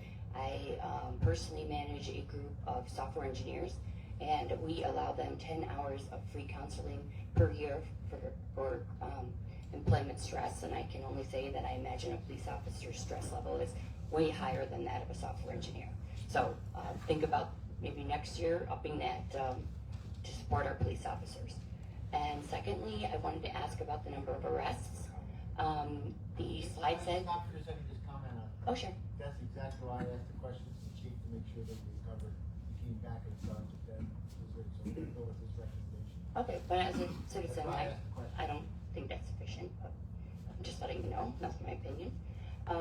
And of the 400 arrests, I wanted to know specifically if anybody has any data around the number of police hours and or the number of arrests that are attributed to undocumented people. That would be a drain on the budget, meaning do we have more arrests of undocumented individuals this year rather than previous years? That's taking away time or resources that our police staff could be doing other things. Meaning, is there a legitimate concern around undocumented immigrants being arrested in Roxbury specifically? I don't know if any illegal immigrants are arrested. I don't know. But I don't know that very bad.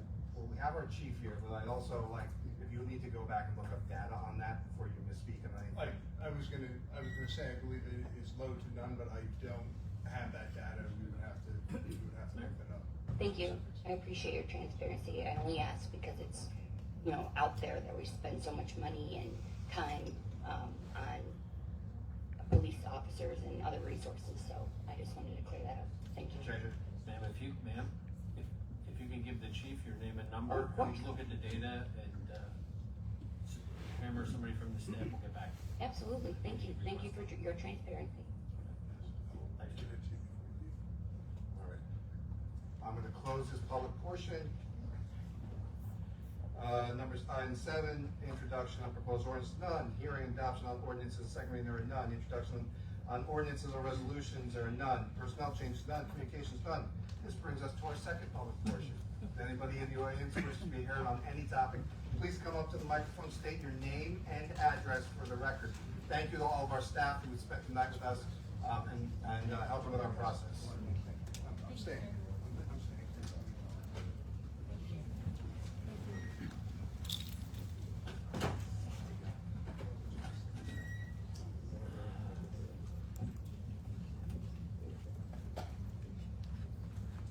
William Angus from Hackettstown. Mr. Angus, how are you? I'm doing just fine. Mayor Patillo, you used the word spam emails earlier this evening. Can you please tell us the definition or your definition of spam emails?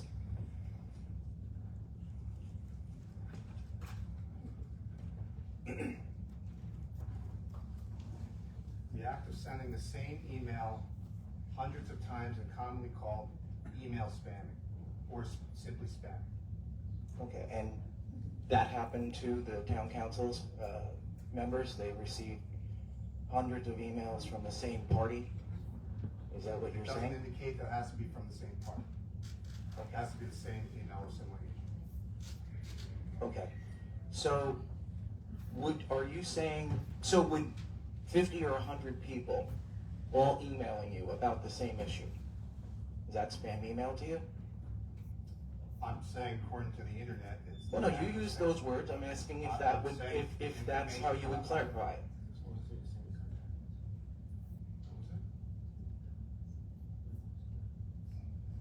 I'm sorry, go on, Mr. Rankin. No, I'm just trying to understand how you're using that term in this context. I'm trying. Received the same email many times. I read that email many times. I looked it up. That's the word it said that particular case meant. So the content of the email was identical or very, very similar. Is that what you're saying? Very, very similar, sir. Okay. All right, that is my only question. Thank you. Casey Miller, Washington Borough. I would like to read out two proposed ordinances towards the Township of Roxbury. An ordinance declaring a moratorium on all approvals for detention, corrections, and other carceral facilities. Be it ordained by the Township of Roxbury and the Township of Roxbury in the County of Morris and State of New Jersey as follows. Section 1. That the Mayor and Council hereby declare that there is a moratorium on all approvals for detention, correction, or other carceral facilities, including the issuance or approval of building permits, special use permits, zoning applications, conditional use approvals, and variances, plan review, project plans, development plans, and any other approvals allowing the change in use, acquisition, construction, facilitation, or expansion of an existing project or initiation of a new project when the application for the project was filed on or after January 1st, 2026. And where the subject matter of the project for any purpose related to or incidental to detention, corrections, or other carceral activities. Section 2. This moratorium shall remain in effect until January 2029. And then the second one.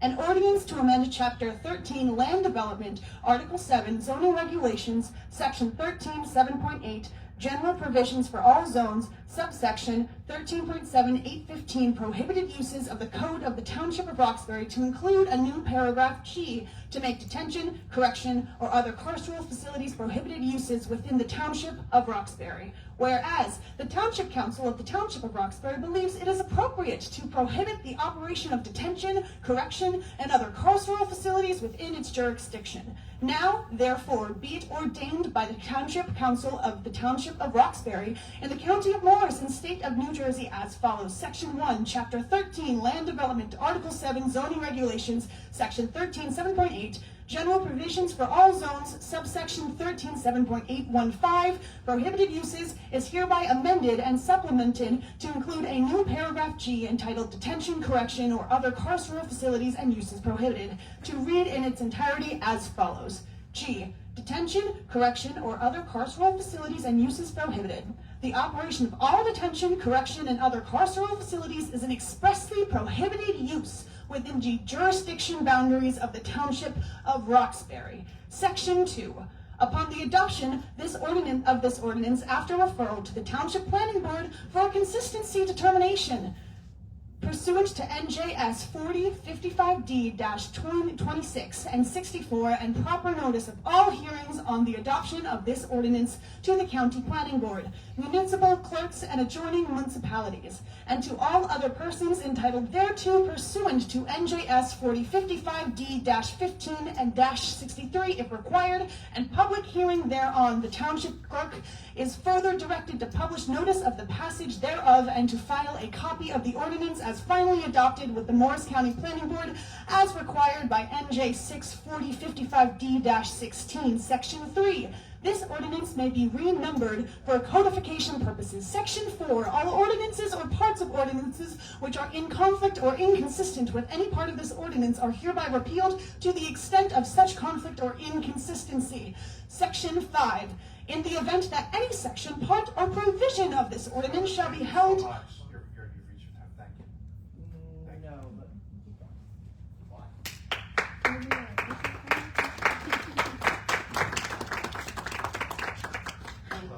My name is Brianna Campos. I am from Hopatcong, New Jersey.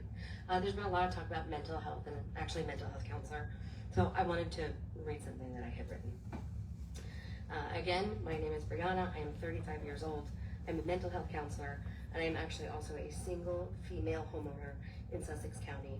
And I'm also the daughter of an immigrant. My father came to this country when he was 25.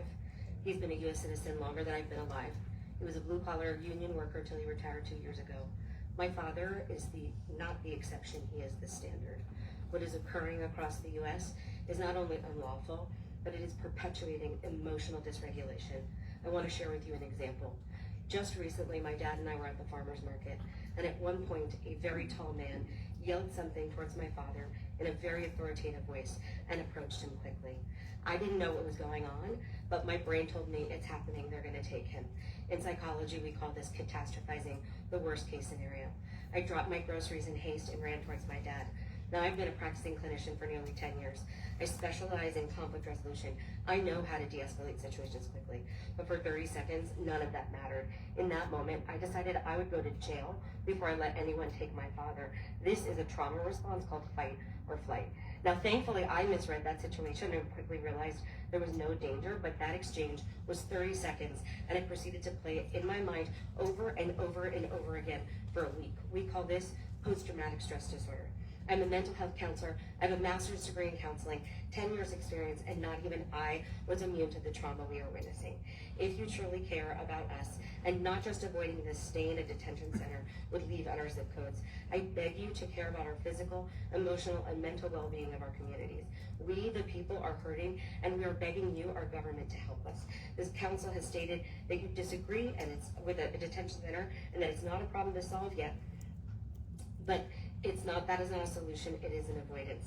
And your lack of response could cause irreparable and emotional and physical damage to your constituents and your neighbors. This council has stated that they care about upholding the letter of the law when it feels like we are watching the prequel to the Hunger Games unfold before our eyes, and we are expected to sit back and wait for it to resolve itself. The damage is already done, but the severity of the backlash depends on what our government does next. As a child, I always wondered how people could condone slavery and comply with Nazis, but it feels like we are watching history repeat itself. History is going to remember this moment, and it will remember what our government does next. We ask that you pass a zoning ordinance banning detention facility centers in Roxbury zones and issue a resolution that Roxbury and surrounding towns are not suitable for an ICE detention facility center. Chatham and Parsippany have already done this. I beg you to stand with your constituents and your neighbors before there's no one left to stand for. Thank you, Ms. Campbell.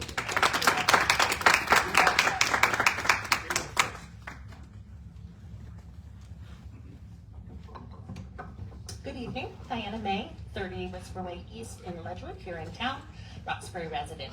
I'm here tonight to offer suggestions. I would like to be viewed as an ally rather than as a thorn in your side. First, for Roosters parking. At last week's meeting, this council recognized 2 small businesses that have served this town for 25 plus years. My understanding is that it's very difficult to open and sustain a small business. I would like to see this council help Roosters to thrive, as the overflow parking clearly indicates that it is. Prohibiting parking on these public streets would most certainly negatively impact the business, as well as the residents who live there who would no longer be able to accommodate guests. Suggestions: meet with the business owner to see if their parking lots can be expanded to accommodate more parking spots. Designate specific places along one side of the street to avoid mailboxes and driveways while leaving room for emergency vehicles. The residents' concerns are valid and can be addressed in this way, but they do not own the public street and cannot insist that no one park in front of their houses. Let's work together to help Roosters become one that gets recognized by this council 23 years from now. As for the ICE detention center, in Virginia, protests, calls, and over 1,000 public comments led to a company halting the sale of a Virginia warehouse to DHS that was going to be used for an immigration detention center. Here, residents are contacting Dalphin Industrial, Adler Development, and JLL to request that they not sell or lease their property to DHS for the many negative impacts on our community. It would be helpful to the cause if this council also contacted them to discourage selling or leasing to DHS on the basis of unpermittable use of the property, if nothing else. What was earlier referenced as spam emails and calls and disrupting our town is actually advocacy, and it is our right and our responsibility as American citizens to speak out for the causes we believe in, even if you request that we do not. Thank you.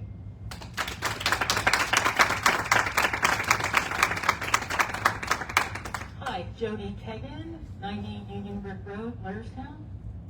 I have a question first. Are the ordinances for Roxbury all online on the website? Yes. They are online, okay. So ICE either read them and then decided to ignore the fact that a jail is non-conforming, right?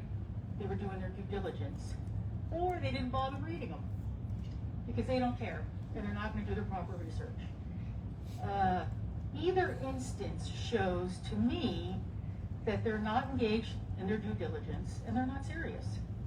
So while I approve the mayor's remarks at the beginning of the meeting about this jail, I feel that the government is definitely going to play dirty. And so that's what scares me. So even though your remarks were, comforting, the federal government is going to play dirty, and we need to be ahead of them and try to imagine like what they would try to do to work around the system. But clearly they're not doing any research because the ordinances are online. They should know better. They're going to know what kind of fight they have, but they may still go ahead anyway. About the spam part. I mean, I'm hoping that. Sorry to speak about the what? I'm sorry. The what part? The spam discussion. In order to help out repetition, so that, because I'm interested in like, did the planning board get notified of something? Did the zoning board have an application from the government? That maybe we in the audience could figure on, just one or two people to call weekly instead of having all, 50 people call the clerk and say, hey, did they make an application yet? Did they do it yet? Did they do it yet? And that's all. Thank you. Thank you. Good evening, Council. Bria Spots, 64 St. Mary's Drive in Succothana. At the beginning of the meeting, you referenced that not everything that you guys are discussing as a council and with attorneys can be shared, and that makes total sense. But we haven't really gotten a lot shared with us since the resolution was passed, and I do think that will quell a lot of what is happening here and the emails that you are receiving if there was more put forward. A simple, I don't want to simplify this, but just a statement of where the progress is right now. I know you made one last week, but if we're going to be here weekly, and a lot of people have been here weekly, that would be awesome. Even to the residents who are not here weekly, something that can go out to the other residents of Roxbury, because they're not getting the full story. You're getting bits and pieces of things from, I don't know, just hearsay, grapevine. Some communication to the residents of this town would be helpful in regards to this issue. Thank you.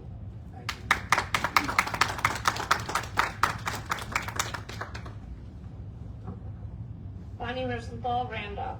In September, Mayor Patillo spoke at a Charlie Kirk Memorial in Roxbury, stating that he was speaking on behalf of his family and town council colleagues. He stated, "We must all look toward building a better future, one entrenched in peace, unity, and respect for one another." Referencing the homicide of Kirk, a Ukrainian refugee, and 2 Colorado college students, he further stated these things should not happen in a civilized society. These were not acts of courage but cowardice, and they must serve as a turning point for us as people. Now, over the past weeks and months, many individuals have been shot, injured, and some killed at the hands of ICE. This has included well-known names, now U.S. citizens, Renee Nicole Good and Alex Pruddy. There are far more names, though, including some dying in inhumane conditions, including Delaney Hall. Last week, I requested that you as the mayor or any of you as council members make a statement unequivocally that while the Roxbury Town Council agrees with U.S. laws regarding immigration being fairly and humanely enforced, that you do not stand with what ICE and Border Patrol is currently doing in regards to their treatment of human beings, including U.S. citizens. Murder, kidnapping, breaking into homes, and more are only a few examples. Why have you not done that? What don't you agree with? Will you make such a statement now or this evening? Not replying to any of my questions is tantamount to stating openly that you are okay with what is happening.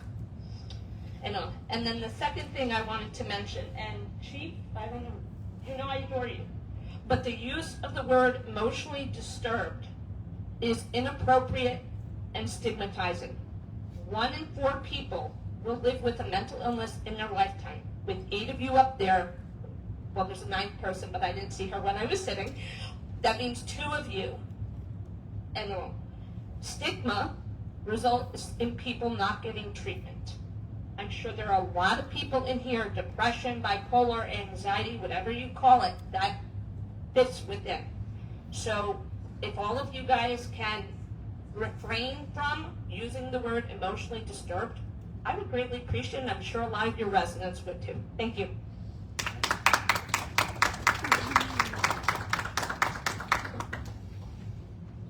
Cass Saladino, a PACON. The reason you are receiving so many calls and emails is because your opposition hasn't been strong enough. If you're so burdened by complaints when it comes to human rights abuses, then say it outright, say it out loud, and unequivocally condemn the actions of the federal government, and you won't allow it in your town. There's something holding you back from condemning fascism, and that's why you're catching so much flack. You continuously put your foot in your mouth, like referring to advocacy as spam. New Jersey law does not require you to respond to public questions. It also doesn't prohibit you from responding. I asked you last week, do you believe the public execution of Alex Preddy was justified? Your response, heard by hundreds of thousands of people, Mr. Patillo, was you can't ask direct questions. And I can ask what I want, but it's your choice not to answer it. You don't have to take a political stance in order to condemn a murder. Your inability to condemn these actions speaks volumes to your character.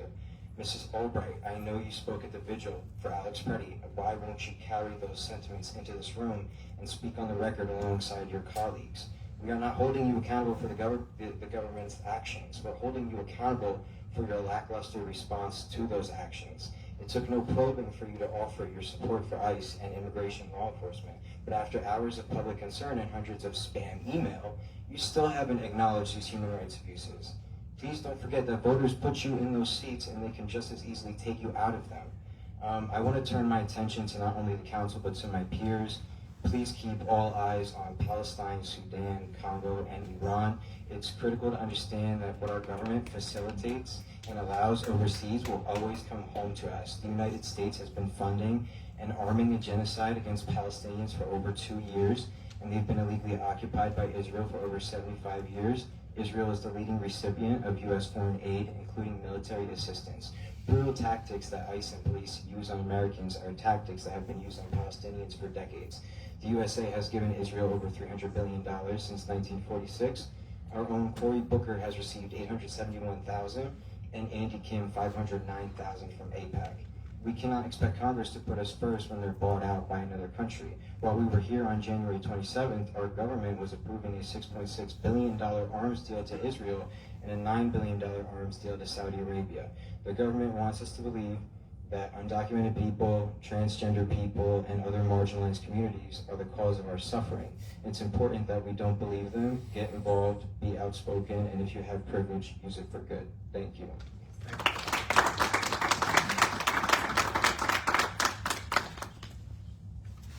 my name is Patty Heath. I'm sorry, say it again, ma'am. Patty, my last name is Heath. And your address? I live in Stanhope, but I lived in Roxbury for 25 years. I raised my kids here. I live just 4 miles away from the proposed site of this detention center. I have a grandson who lives in Mount Arlington.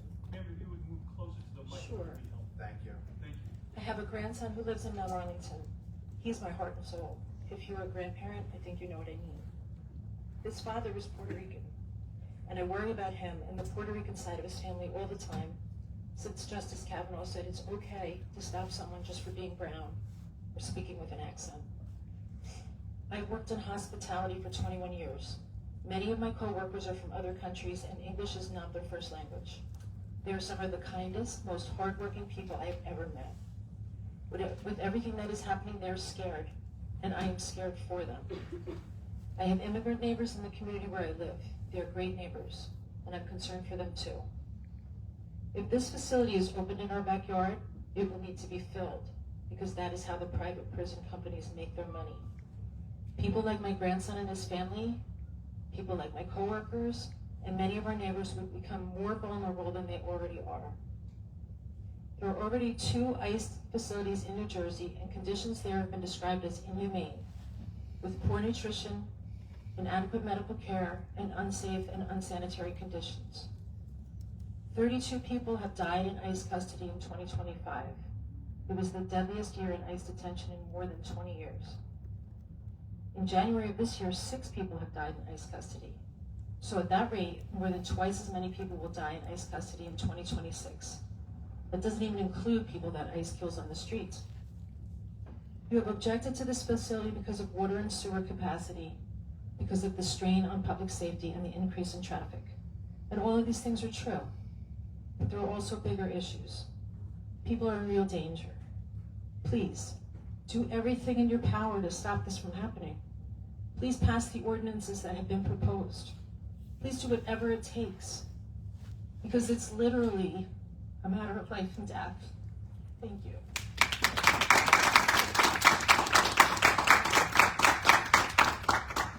How you doing? Nicholas Nealon, 8 Elizabeth Way, Landing, New Jersey. I'm not opposed to what they're all opposed to. I want the building.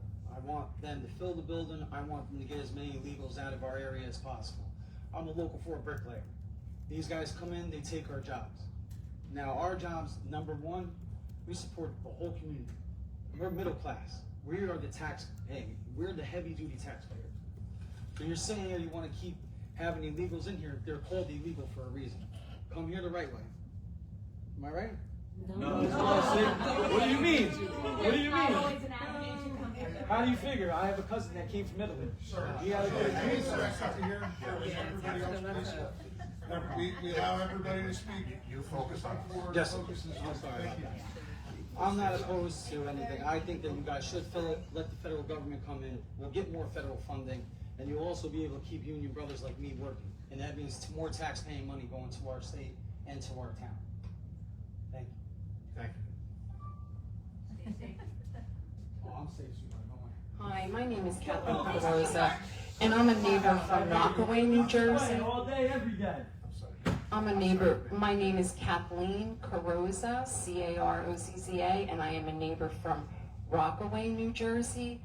And I'd like to counter what was just said about coming here the right way.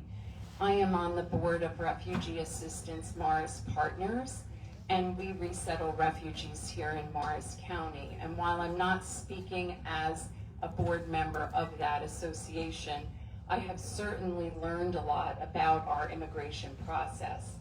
And one of our big challenges is that we certainly don't have a terrific way for people to come in here. We know that coming over the border, we have seen a lot of people who have come over legally, including a father and son who were just detained in Texas. We know that people are being detained regardless of whether they are here legally because of the color of their skin. According to the last census, about 30% of your population fits into that profile. You made a large statement about your strong support and care for your community. I was very impressed, to be honest. I have never attended a town council meeting, even in my own town, before. I was very impressed with your presentations, the care that your staff give to the community and your residents. And without a forceful pushback and avoidance of having this detention center, 30% of your population will be at risk.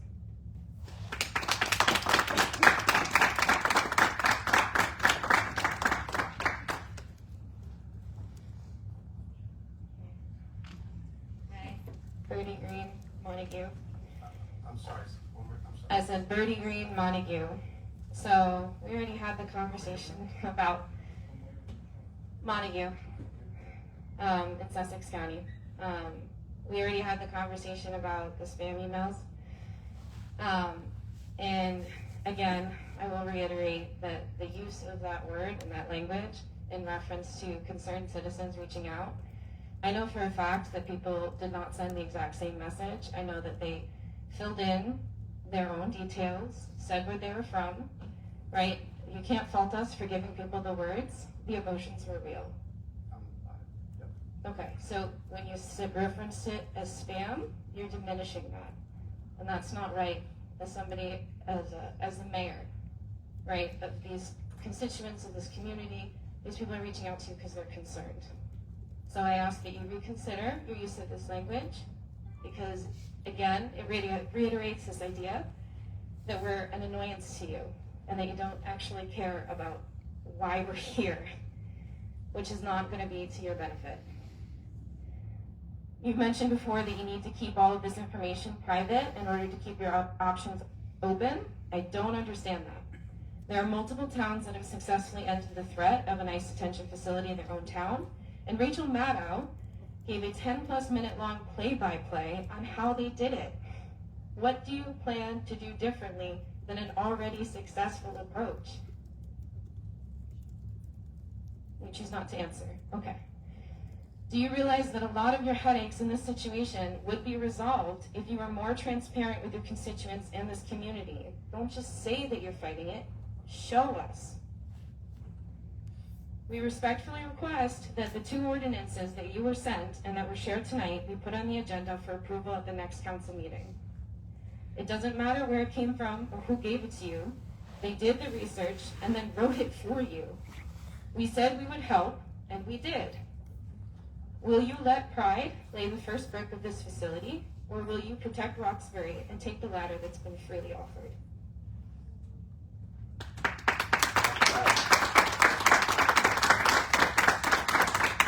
Hi, my name is Sierra Wilson. I'm your Bud Lake neighbor. I want to read something for you. This is from the official congressional website, constitution.congress.gov, just to let you know what it says. The Supreme Court extended these constitutional protections to all aliens within the United States, including those who entered unlawfully, declaring that, quote, aliens who have once passed through our gates, even illegally, may be expelled only after proceedings conforming to the traditional standards of fairness encompassed in due process of law, end quote. The court reasons that aliens physically present in the United States, regardless of their legal status, are recognized as persons guaranteed due process of the Fifth and 14th Amendments. Thus, the courts determined, quote, even those whose presence in this country is unlawful, involuntary, or transitory is entitled to constitutional protection, end quote. Thank you.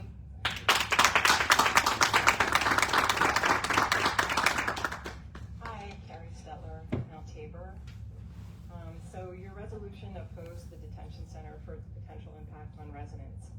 I know your job is to serve and protect your constituents, and some of you have been frustrated by outsiders sharing their concerns here. But I want to remind you that the center has the potential to hurt people throughout Morris County and beyond, no matter their immigration status. And I can understand why you would be frustrated by emails that are repeating themselves, but obviously it's just a gesture of concern, and people are trying to convey that to you, even if they're being redundant. So, I mean, other people have said the same thing to you, so I'm just underscoring that point. So I don't want to repeat what a lot of people have been saying tonight and over the past few weeks. I just want to say that a detention center here is likely to increase the presence of ICE, like throughout the region. There's going to be a climate of fear that could reverberate. It could have economic consequences. The whole nine. People have told you about that. But what I wanted to ask you is if you've gone to Delaney Hall or if you plan to. Okay. Well, people who have been there, they've shared their, people who have been there, who have supported families there and advocates, they've shared their stories here about conditions at the center, the lack of medical care, edible food, adequate water, measures to ensure basic hygiene. So you've heard it all. And just to add, so between January and October of 2025, there were nearly 4,000 children under the age of 18, including 20 infants, who were arrested and detained by U.S. immigration authorities, including most of them were held in custody with detained family members. And some of them have been there for up to a year. So just throwing that out there. And I hope you do visit Delaney Hall, because if a detention center is being placed in your own town, it seems like it would be helpful to see how it functions, both from the outside and the inside, to gain a better sense of the impact on people nearby and those inside the facility. That's all I have to say.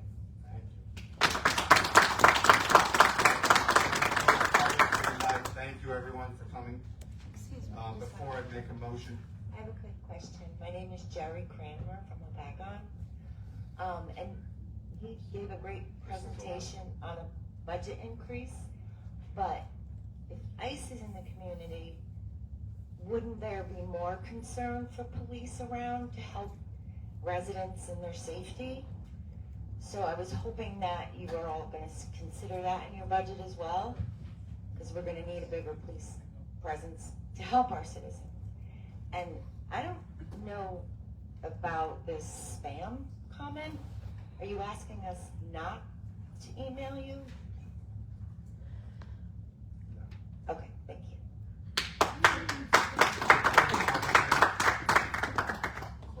it's closed. It's close. Thank you so much. I wasn't documented. I have to say this. What that gentleman says before, I was paying taxes and I didn't know the guy who was discount from me every single penny, he was not paying taxes. So, and next time I will come back, but definitely we need to pay attention to what people say, because it's completely wrong.